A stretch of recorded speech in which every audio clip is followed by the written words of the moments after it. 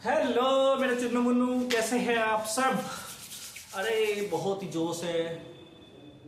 अरे लाइट कहाँ गई। चलो छोड़ो, थोड़ा काला दिख रहा हूँ मैं, कोई बात नहीं, काला ही तो दिख रहा हूँ, क्या फर्क पड़ता है।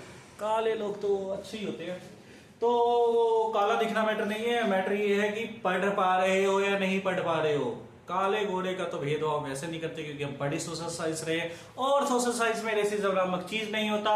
सो फॉरगेट कि आपके सर कैसे दिख रहे, काले दिख रहे, स्मार्ट दिख रहे, कैसे दिख रहे, no matter at all. Sir जैसे भी दिख रहे हो, कंटेंट सही मिल रहा है या नहीं मिल रहा, इस चीज पे हमें फोकस करना है, ठीक है।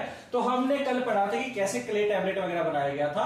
क्ले टैबलेट लास्ट वीडियो में हमने देखा था, क्ले टैबलेट कैसे बनाया गया था, क्या कारण रहा था क्ले टैबलेट को बनाने के लिए। तो एनमार्कर भाई साहब की कहानी हमने देखी थी कि उनको अपनी कहानी वगैरह भेजनी थी दोस्त के पास, पर वो दोस्त के पास वो कहानी एग्जैक्टली पहुंचा नहीं पाए, तो जिसके कारण गुस्से में आकर फ्रस्ट्रेट हो गए। उन्होंने क्या कहा कि अब मैं क्ले टैबलेट का इन्वेंशन करके ही मानूंगा, और उन्होंने कर दिया, ठीक है। अब हम देखेंगे कौन कौन सी लैंग्वेज जो थी वो मेसोपोटामिया में बोली जा रही थी, और अल्टीमेटली जब लिखा जा रहा है, क्ले टैबलेट में राइटिंग हो रहा है, तो अल्टीमेटली उसका क्या बेनिफिट है। उसका बेनिफिट ये है कि उससे हमें समझ में ये बात है कि लोग पढ़े लिखे हैं तभी तो लिख पा रहे हैं तभी तो ज्यादा वो लोग क्या कर पा रहे हैं, लिटरेसी रेट को इंक्रीज कर पा रहे हैं। तो सबसे पहली जो लैंग्वेज थी जो मेसोपोटामियन सिविलाइजेशन में बोला गया, उसको हम क्या बोलते हैं, सुमेरियन। कौन सी लैंग्वेज थी बेटा, सुमेरियन लैंग्वेज थी। तो Sumerian was the first language which has been there in the Mesopotamia civilization. Sir सही पढ़ा रहा हूं ना मैं? Yes sir, thank you so much. ये हमारे गाइड है सर, प्लीज आइए ना। ये हमारे फाउंडिंग फादर, क्या बोलूं, इनके बिना मेरी जिंदगी नहीं चलती। बड़ा ही अच्छे मित्र है हमारे, और बहुत ही धुरंधर टीचर है। आप तो देखते ही होंगे हमारे चैनल पे।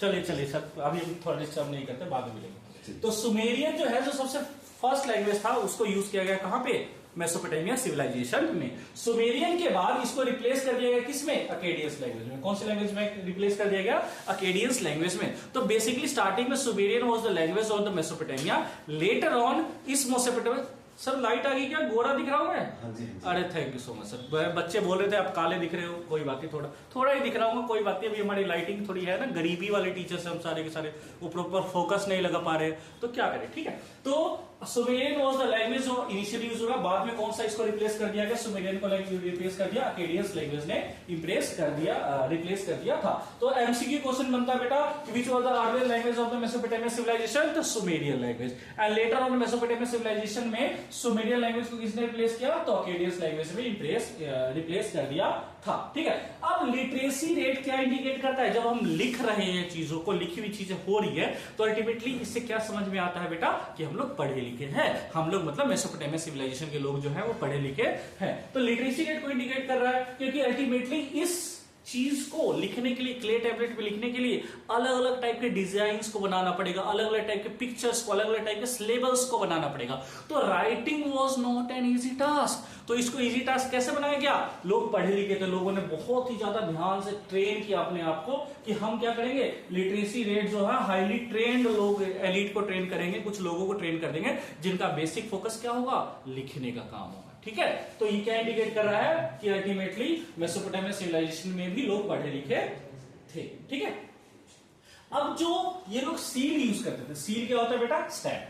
जैसे मान लो गवर्नमेंट ऑफ इंडिया है, गवर्नमेंट ऑफ इंडिया का सील क्या है, तो वो देखा आपने 3 शेर वाला मुंह जो स्टैंप देखा है, वो क्या है, हमारे गवर्नमेंट ऑफ इंडिया का lion stamp, lion, I am sorry for getting, क्या बोलते हैं उसको, चलो आप कमेंट में बताना। वो 3 शेर वाला, 4 शेर वाला जो स्टैंप होता है उसको हम बोलते हैं लायन कैपिटल वाला जो स्टैंप है, वो है हमारे गवर्नमेंट ऑफ इंडिया का सील। ऐसी मान लो मेरी कंपनी है, तो मैं अपने कंपनी का मोहर बनाऊंगा, तो सील क्या होता है, एक टाइप का स्टैंप। सील क्या होता है बेटा, एक टाइप का स्टैंप। अब ये स्टैंप जो है वो एशियन टाइप का सिग्नेचर होता था। क्या होता था बेटा, सिग्नेचर। कि मान लो मैं कोई सामान, मैं कोई पत्र, कोई लेटर, मैं यहां से किसी मित्र को भेज रहा हूं, वो मित्र कोई भी हो सकता है, मैंने वो मित्र को लेटर भेजा, और वो लेटर क्या रास्ते में किसी ने पढ़ा या नहीं पढ़ा, कैसे पता चलेगा, मैं जो उस पर स्टैंप लगाऊंगा, वो स्टैंप अगर जो अनब्रोकन होगा तो अल्टीमेटली वो पत्र सही सलामत पहुंचा। अगर जो ब्रोकन होगा तो अल्टीमेटली इस मींस किसी ने मेरे पत्र को तो पढ़ लिया, और जब किसी ने मेरे पत्र को पढ़ लिया, इसका मतलब क्या है, मेरा तो सारा राज किसी और के पास चला गया। अब राज चला गया तो क्या पता मैंने वो पत्र किसको लिखा हो, तुम समझ नहीं सकते हो, ठीक है। तो उस टाइम का क्या होता था, सिग्नेचर होता था सील। अब ये जो सील होता था, सिग्नेचर होता था, वो अलग अलग डिजाइन में होते थे। कई स्क्वायर शेप में होते थे, कई रेक्टेंगल शेप में होते थे, कई सिलेंड्रिकल शेप में भी सील्स वगैरह मिलते थे। अब सील के ऊपर ये जो आप डिजाइन देख रहे हो, ये डिजाइन ऐसे नहीं बना कि आज के टाइम का प्रिंटर नहीं है कि आप जाओगे और प्रिंट कर दोगे, ऐसा नहीं। इसको बनाने के लिए स्पेशल पर्सन्स को रखा जाता था, ठीक है, और इसको स्पेशली कार्व्ड किया जाता था। इट सिंपली मींस कि ये एक हाईली स्पेशलाइज्ड टास्क था। Seal banana is not an easy task. आजकल के बच्चों को बोल दिया जाए कि आप पेपर से कोई डिजाइन बनाओ, उनसे वो नहीं बनता। उस टाइम पे देखो ये सील के ऊपर कितनी ज्यादा डिजाइन बनाई जाती थी, तो दैट सीम्स कि ये बहुत ही ज्यादा स्पेशलाइज्ड टास्क था। इस सील के ऊपर ये मेंशन होता था कि ये किसने भेजा है और कहां से भेजा गया है। अब इसका फंक्शन देखा जाए तो अगर ये सील ब्रोकन होता था तो अल्टीमेटली ये क्या चीज इंडिकेट करता था कि ये चीज हमारे पास ऑथेंटिकेट तरीके से आया है या नहीं। अगर जो अनब्रोकन आया हुआ है इट मीन सब कुछ सही सलामत है, ऑथेंटिकेट है। अगर जो ब्रोकन आया हुआ है तो इट मीन ऑथेंटिकेट नहीं है। क्लियर। अब ये सील को कौन यूज करते थे? जो सिटी के रहने वाले लोग हैं, जो सिटी में ट्रेडर्स हो गए, मर्चेंट्स हो गए, ये सभी लोग क्या करते थे? अर्बन डिवेलपर्स जिनको हम बोलते थे, ये लोग क्या यूज करते थे? सील का यूज करते थे। ठीक है।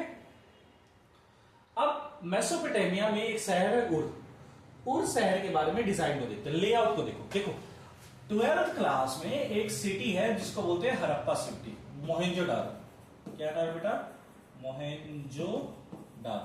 मोहेंजोदारो जो सिटी है वो कंप्लीटली ऐसा कहा जाता है कि दुनिया में आज तक की सबसे बेटर प्लान्ड सिटी, सबसे बढ़िया सिटी कौन सी है? मोहेंजोदारो। एक मोहेंजोदारो को देखो, एक इसको देखो। इसको देख के लगता है कि सर जिसने भी ये सिटी की प्लानिंग करी होगी वो लगता है नशे में होगा, और नशे भी कौन से? सस्ते वाले नशे लेकर रखा है। क्यों? कैसे समझ में आया हमें कि एक साइड तो हमें ये स्ट्रीट जो है वो इतने चौड़े चौड़े दिख रहे हैं और दूसरे साइड इतने पतले पतले। मतलब एक साइड तो तुम पूरा क्रेन को घुसा दो और दूसरे साइड साइकिल भी ना घुसे। ये कैसे टाउन प्लानिंग हुई? तो भैया ये लोग वैसे ही थे, सस्ते नशे करने वाले।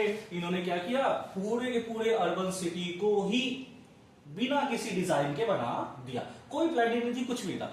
अब स्ट्रीट का लेआउट देखोगे तो कई जगह जो स्ट्रीट थे वो बहुत ही पतले थे और बिल्कुल ही पतले, इतना पतला था कि कई बार तो उसके अंदर से नॉर्मल इंसान भी नहीं जा पाता था। सामान कैसे? बुलेट कार्ट में सामान कैसे जाएगा? सामान को हम क्या करते थे? जो हमारे ये गधे के दूसरे भाई साहब होते, क्या बोलते हैं उनको? सॉरी, गधे के दूसरे भाई साहब नहीं, घोड़े के दूसरे भाई साहब, उनको हम गधा बोलते हैं। गधा को इंग्लिश में क्या बोलते हैं? क्या बोलते हैं? क्या बोलते हैं? याद नहीं यार, छोड़ो। तो गधे के पीठ के ऊपर सामान को, बोरियों को लाद कर सामान को लेके जाता था, क्योंकि वहां पे बुलेट कार्ट्स नहीं जा सकते थे। ठीक है। तो ये जो नैरो वाइंडिंग स्ट्रीट से क्या सजेस्ट कर रहा है? ये क्या दिखा रहा है कि there was no centralized town planning. कोई टाउन प्लानिंग था ही नहीं। टाउन प्लानिंग होता तो प्रॉपर तरीके से सेम लेंथ एंड ब्रेड्थ की गलियां होती ना, तो वैसा तो नहीं था। दूसरा क्या? ड्रेनेज सिस्टम की बात करी जाए तो ड्रेनेज सिस्टम भी प्रॉपर अच्छी तरह नहीं था। There was a clay pipe channel, clay pipe था और अल्टीमेटली उस सब का पानी कहां जाता था? कोर्टयार्ड के अंदर। घर के अंदर आंगन है, सोचो कितना दिमाग लगाया हुआ इन्होंने।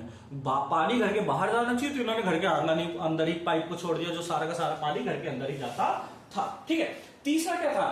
अब ये थोड़े लोग पढ़े लिखे नहीं थे, अनपढ़ गवार थे, तो अल्टीमेटली क्या था? सुपरस्टिशन भी था। क्योंकि देखोगे कि जो पढ़े लिखे लोग होते हैं वो कभी भी सुपरस्टिशन में बहुत बिलीव करते हैं, बट बहुत कम बिलीव करते हैं। तो जहां पे लिटरेसी रेट कम होता है वहां पे ही सुपरस्टिशन ज्यादा फल फूलता है। फिर तो इसीलिए देखोगे गांव की साइड में सुपरस्टिशन बहुत ज्यादा देखने को मिलेगा as compare to the city side. क्यों? क्योंकि सिटी साइड में लोग लिटरेट होते हैं and they know what is right and what is wrong. तो ये लोग तो वैसे ही सस्ते से करके ये सारी की सारी चीजें कर रहे थे, मतलब अलग तरीके से टाउन प्लानिंग को किया था, तो कोई प्लान था ही नहीं। तो इन्होंने क्या किया? एक ऐसा सुपरस्टिशन डेवलप किया कि अगर जो कोई भी घर रेज थ्रेशोल्ड पे बनाया जाता है, थ्रेशोल्ड रेज मतलब अगर जो मान लो ये रोड है तो इस रोड से थोड़ी सी हाइट करके पहले हम नींव को बहुत ऊंचे तक बढ़ेंगे और फिर उसके ऊपर जब घर बनाएंगे तो अल्टीमेटली वहां पे क्या आएगा? वेल्थ आएगा। देख रहे हो बेटा, घर पहले हम पैसे बनाने के लिए इतना, घर बनाने के लिए इतना ज्यादा पैसा लगा, इतना ऊपर बनाए, जब पैसा लगा देंगे तो उसके बाद पैसा आएगा। ये क्या लॉजिक हुआ? चलो ये इनके सुपरस्टिशन थे। दूसरा क्या था? एक और मस्त इंटरेस्टिंग कहानी।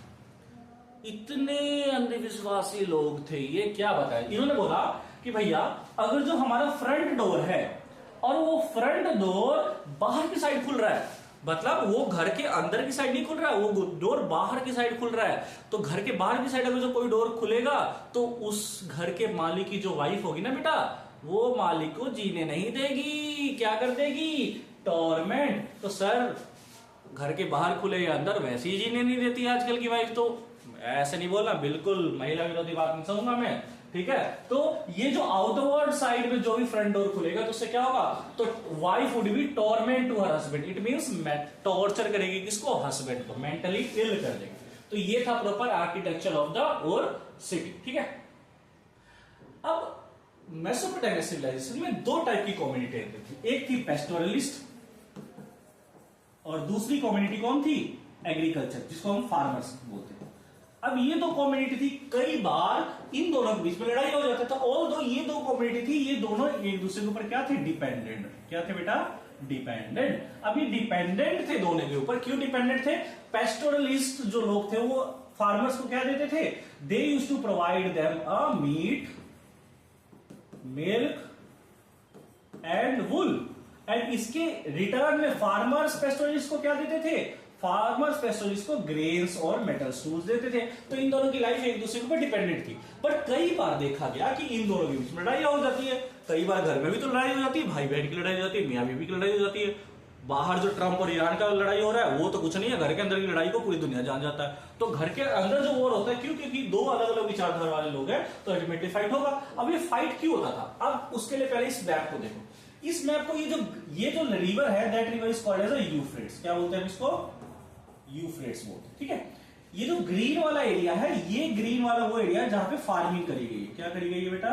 फार्मिंग करी गई है। इसके बाद वाला जो एरिया तुम ये देख रहे हो, ये वाला एरिया वो है पेस्टोरलिस्ट जोन। कौन सा? पेस्टोरलिस्ट जोन, जहां पे स्टेपे टाइप ऑफ लैंड है, ठीक है। स्टेपे टाइप मतलब घास घुस है। अब है क्या कि अगर जो मान लो कोई यहां पे सिप वगैरह है, ठीक है, ये सिप है, इस सिप को प्यास तो लगेगा। अब वो पानी पीने यहां से ऐसे करते करते पानी पीने जाएगा। अब बीच में क्या पड़ेगा? ये फार्मर्स के क्रॉप्स पड़ेंगे। तो कई बार बहुत सारे सिप भाई साहब एक साथ चले जाते थे और इनके क्रॉप्स को क्या हो जाता था? हार्म हो जाता था। क्या हो जाता था? नुकसान पहुंचता था। जिसके कारण फार्मर्स और शेफर्ड्स के बीच में, पेस्टोरलिस्ट के बीच में क्या हो जाता था? कंफ्लिक्ट, लड़ाई हो जाती थी। अब इस कंफ्लिक्ट को कैसे इन्होंने सोल्व किया? ये तो बड़े दिमागदार निकले। ये तो उस भाई साहब जिसने टाउन प्लानिंग किया था, तो उससे बहुत बेटर दिमाग है। इन्होंने क्या किया? इन्होंने बोला भैया देखो, तुम्हें अगर जो अपने शिप को लेके जाना है तो तुम्हारे शिप के जाने से हमारा एग्रीकल्चर क्रॉप खराब हो रहा है। तो एक काम करते हैं क्या? तो काम इन्होंने क्या किया कि मैं तुम्हें एक सेटल्ड पाथ दे दूंगा। इसी रास्ते में तुम अपने सारे सारे सारे सारे शिप्स को लेके जाओगे और उसी रास्ते से वापस लेके आओ। इससे क्या होगा? तुम लोग पानी भी पी सकते हो, एट द सेम टाइम मेरे क्रॉप्स भी खराब नहीं होंगे। देख रहे हो कितना दिमागदार वाले लोग थे, ठीक है। तो ये ग्रीन वाला लैंड क्या है? ये एग्रीकल्चर लैंड है। येलो लैंड क्या है? हमारा पेस्टोरलिस्ट लैंड है। और ये नदी कौन सी है? यूफ्रेट्स। तो दो नदी इंपॉर्टेंट थी, एक थी टिग्रिस और दूसरी Euphrates. These two were the very very important river that was there. तो ये दोनों लड़ाइयां कहां चल रही थी बेटा? मेसोपोटामिया सिविलाइजेशन में चल रहा था। क्लियर? अंडरस्टूड? समझ गए? समझे या नहीं समझे? बताओ मेरे चुन्नू मुन्नू, समझ गए सर? अरे क्यों नहीं समझोगे? चलिए नेक्स्ट टॉपिक देखते हैं। ये देखो, अच्छा, देयर वर 4 ट्राइबल ग्रुप जो वहां पे रहते थे। एक था असीरियंस, दूसरे एमोराइट्स, अकेडियंस, एमोराइट्स, अकेडियंस एंड अर्मियंस। ये 4 ट्राइबल ग्रुप जो थे वहां पे रहते थे। चारों ट्राइबल ग्रुप में जो सबसे ज्यादा सक्सेसफुल हुए वो कौन हुए? एमोराइट्स। कौन हुए? एमोराइट्स। एमोराइट्स जो थे वही वो मारी एक प्लेस था, मारी प्लेस का जो किंग था वो कौन था? वो एमोराइट्स था। कौन था? एमोराइट्स। तो Amorites were the person who is ruling the Mari place. अब मारी प्लेस को रूल तो कर रहे थे, बट अल्टीमेटली उन्होंने दिमाग लगाया। क्या दिमाग लगाया? कि भैया मुझे इस मारी को बहुत ही ज्यादा क्या बनाना है? अमीर बनाना है। अमीर बनाने के लिए देखो उन्होंने क्या किया? क्या किया? सबसे पहले, अच्छा, माली के पास कोई मिलिट्री स्ट्रेंथ नहीं था। They do not have a military capability. वो फौज वगैरह नहीं रखते थे, but still they are prosperous. क्यों थे? उसका एक रीजन है, वो रीजन हम यहां पे डिस्कस करें। ये देखो, ये नदी है यूफ्रेट्स नदी। कौन सी नदी है? यूफ्रेट्स। ये हमारा मारी प्लेस है, ठीक है। अब मान लो कोई भी इंसान अपने शिप को यहां से ऐसे लेके आ रहा है, इस माली भाई साहब ने क्या बोला, ओहो रुको रुको रुको, थामा थामा, कहाँ जा रहे हो? उसने बोला क्यों भैया, हम तो ट्रेडिंग करने जा रहे हैं। बोले ऐसे कैसे चले जाओगे, पहले तो पैसा तो दो, जैसे ईरान ने अभी स्टेट ऑफ हॉर्मुज में लगाया। बोले पैसा दोगे तो ही जाओगे, नहीं दोगे तो नहीं जाओगे। तो मारी भाई साहब बड़े सलाह, इन्होंने क्या कि सबसे पहले क्या करते थे, जो भी बोट्स वगैरह आते थे जिनके पास जो अलग अलग कंट्री, टर्की, सीरिया, लेबनान से जो आते थे और जिनमें स्टोन्स, वुड वगैरह, वाइन होता था, उसको आने देते थे। और यहाँ पे आते ही क्या, इनके जो ये ऑफिसर्स है यहाँ पे चढ़ के इंस्पेक्ट करते थे। इंस्पेक्शन क्या, इंस्पेक्शन करने के बाद बोलते थे भैया तुम्हें तो 1/10 क्या देना पड़ेगा, टैक्स देना पड़ेगा। यहाँ पे आते आते इनको टैक्स पे करना है, ये इंस्पेक्ट करेंगे, इंस्पेक्ट करके इन्फॉर्मेशन देंगे क्या सामान है, ये सामान, ये भैया बोलेंगे तुम्हारे पास तो ये सामान है, इस सामान का जितनी वैल्यू, मान लो 100 रुपए तुम्हारी वैल्यू है तो इसका 10% देना पड़ेगा। इट मीन 10 रुपए तो तुम्हें देना ही पड़ेगा। 10 रुपए किसको देना पड़ेगा, मारी को। मारी ऐसे ही टैक्स कलेक्ट है, अगर जो टैक्स दोगे तो ही आगे जाओगे, तो ये टैक्स पे करते थे और आगे चले जाते थे। और आगे चले जाओगे कब, जब तुम टैक्स पे करोगे। तो टैक्स वसूल के ये बहुत ही ज्यादा क्या हो गए थे, अमीर हो गए थे। क्या हो गए थे, अमीर। जस्ट लाइक ट्रम्प भाई साहब क्या बोले, टैरिफ लगा दूंगा। लगा दो, हमें क्या करना, हम दे देंगे क्योंकि हमारे पास पैसा है, ठीक है। तो ऐसे ही करके टैक्स वसूलते थे, जिसके कारण मारी kingdom become the one of the most prosperous kingdom at that time in the Mesopotamia civilization out of those 4 tribal groups, clear। और मारी के कौन थे बेटा, एमोराइट्स। क्या थे ये लोग, एमोराइट्स। एमसीक्यू क्वेश्चन आता है, who are Mari, Mari were basically Amorites, clear, understood. अब ये पैलेस देखो, this is the last thing that we are doing today. इसके बाद लास्ट थिंग है, देख लो 1 2 3, नहीं इसको खत्म ही कर देते हैं, खत्म तो नहीं कर पाएंगे, बहुत बड़ा है ये, लास्ट चीज है, इसको देखते हैं। ये मारी का राजा है जिब्रेलिन। अरे ये क्या खुल गया, ये मारी का राजा है जिब्रेलिन। इस जिब्रेलिन भाई साहब का किला है, ये क्या, ये किला है। अब इस किले को कंप्लीटली देखो, इतना बड़ा आलीशान किला बनाया हुआ इसने। सबसे पहले 2.4 हेक्टेयर में भाई साहब का घर है और कितने कमरे हैं, 260 कमरे। कितने कमरे हैं, 260। इसने हर चीज के लिए अलग अलग चीजों को बना रखा है। जस्ट लाइक लिखने के लिए स्क्राइब कौन होते हैं, स्क्राइब और बेसिकली राइटर। तो लिखने वालों के लिए अलग कमरा, बहुत बड़ा कमरा जिसमें सिर्फ बैठ के लिखेंगे, ठीक है। दूसरा कमरा की ऑडियंस हाउस, कोई भी बाहर से आएगा तो उसको बैठने के लिए एक प्रॉपर प्लेस जहां पे, अच्छा एक ऐसा कमरा जो बहुत ही आलीशान, जहां पे महंगी महंगी पेंटिंग्स लगा रखी है, वो कमरा इन्होंने स्पेशल आम आदमी के लिए नहीं बनाया। ना भैया, जो मेरे फॉरेन के गेस्ट आएंगे वही लोग यहाँ पे बैठेंगे। तो फॉरेन डिग्निटरीज के लिए इन्होंने क्या पेंटिंग बनाया हुआ एक बड़ा, बहुत ही बड़ा आलीशान कमरा बना रखा था। वो होता है ना हमारे घर में, वैसे तो हम स्टील के बर्तन में खाते हैं, बट वो फाइबर वाले, ग्लास वाले कब निकलते, जब हमारे घर में मेहमान आते हैं। तो मेहमान जब आते थे तो उनके लिए बहुत आलीशान कमरा, और आम लोगों के लिए क्या, नॉर्मल कमरा, ठीक है। इनके पास इनका खुद का किचन होता था। किचन में immense quantity of the daily list food वगैरह, जैसे फ्लोर, मीट, फिश, बियर, ये सब चीजों को रखा जाता था, क्लियर। एंड अल्टीमेटली ये प्रॉपर डिजाइन जो है, ये डिजाइन क्या शो कर रहा है कि मारी का जो राजा था वो कितना मैसिव जगह, इट मीन सोच कितना प्रोस्पेरस था, कितना अमीर था, ये शो करता है, ठीक है। So this is the last topic that we have covered. In the next part, already बहुत बड़ा चैप्टर है तो उसको धीरे धीरे डिटेल में करते हुए कवर करेंगे, ठीक है। नेक्स्ट पार्ट में हम इसको पूरा कर लेंगे। So don't worry, be ready for the next part and revise करो और हमें कंटेंट के लिए और कमेंट करके बताओ तुम्हें क्या प्रॉब्लम आ रहा है। तब तक के लिए आबाद रहो, मेरे Chunnu Munnu, bye bye, tata, see you.